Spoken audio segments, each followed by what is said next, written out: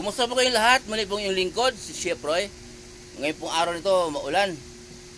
Mula po nung Lunes, Huwebes na ngayon pero maulan pa rin kaya halos po lahat ng bayan sa Bulacan talagang binabaha po. Ingat lang po tayo, ingatan po kayo ng Diyos. Ang kwento ko po ngayon, may kwento po sa inyo tungkol po sa mayaman na hindi yung mayaman ito, hindi po marunong makipagkaibigan. Marami siyang pera, kahit nga sa mga nanungkulan ng mga mambabata sa kanilang lugar ay kinatakutan siya dahil nga marami siyang pera, sobrang yaman itong taong ito. At mayroon po siyang problema sa pamilya nung panahon yon. May problema sa pamilya niya kaya nais po niyang sumakay sa kaniyang yate at pupunta po sa gitna ng dagat. Pinigil po siya sa mga nanungkulan sa Coast Guard dahil po may paparating na bagyo. Pero ang mayamang ito ay napakatigas ng ulo. Ayaw mo papigil. Kaya mag-isa po siyang sumakay sa yate. Pumunta siya sa gitna ng dagat para doon niya lilibangin yung kanyang sarili. Pagdating po niya sa gitna ng dagat, dumating na po yung malakas na ulan at bagyo. Binawasiwas po ang yate ng malakas na bagyo at malaking alon hanggang sa nasira po. Lumubog ito at buti na lang mayroon siyang life jacket na suot niya. Napadpad po siya sa isang isla na hindi niya alam kung anong lugar yon. Ang islang yun may nakatira na may nagmay-ari pala. May nagmay-ari ng islang yon pero nung panahon yon wala siyang taong makita. Kahit isa dahil po may bagyo nga. Siguro umalis doon, hindi pumunta doon yung may-ari ng islang yun dahil may bagyo. Napadpad po siya doon at doon po mag-isa siya sa isla, nanalangin siya na sa Diyos po na patawarin siya sa kanyang mga kasalanan dahil po alam niya na hindi siya marunong, hindi maganda ugali niya, masama yung ugali niya, hindi siya marunong makisama. Doon niya napagtanto sa isang isla na yun, mag-isa na siya.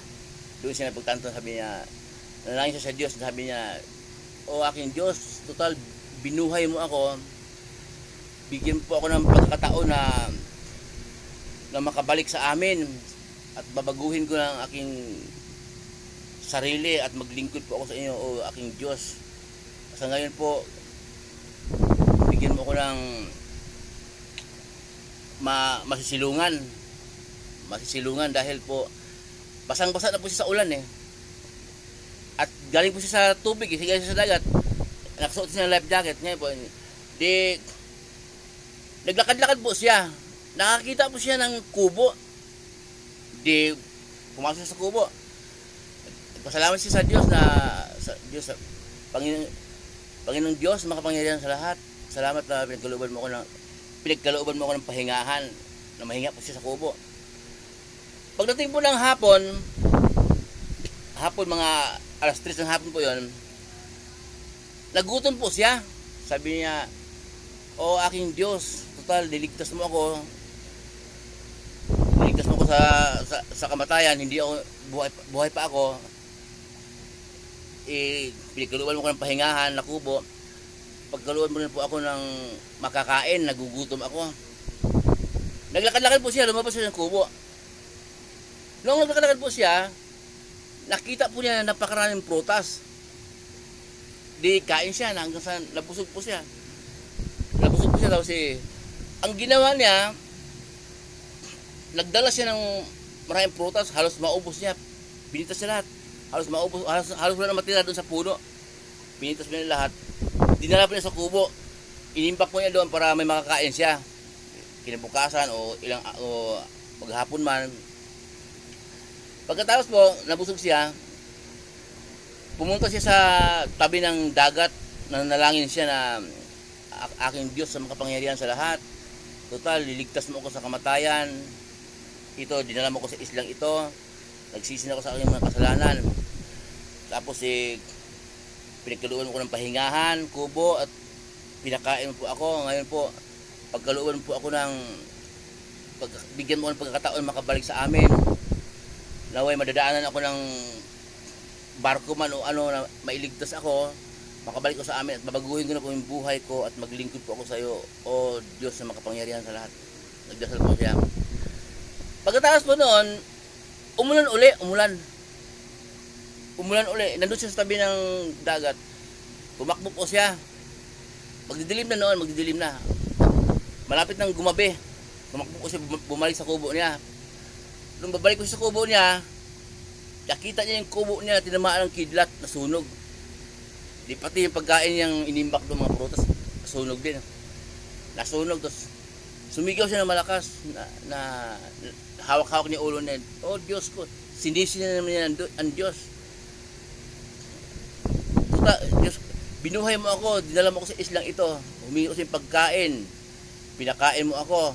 Humingi ako sa iyong pahingahan, pinapahinga mo ako. Ngayon, susunugin mo rin pala sa pamamagitan ng kidlat.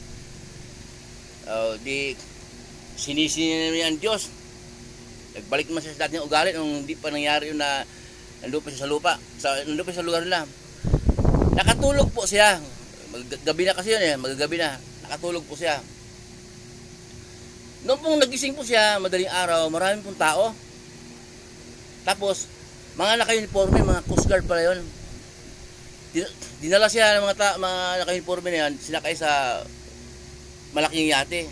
At, sir, hinahanap ka na namin.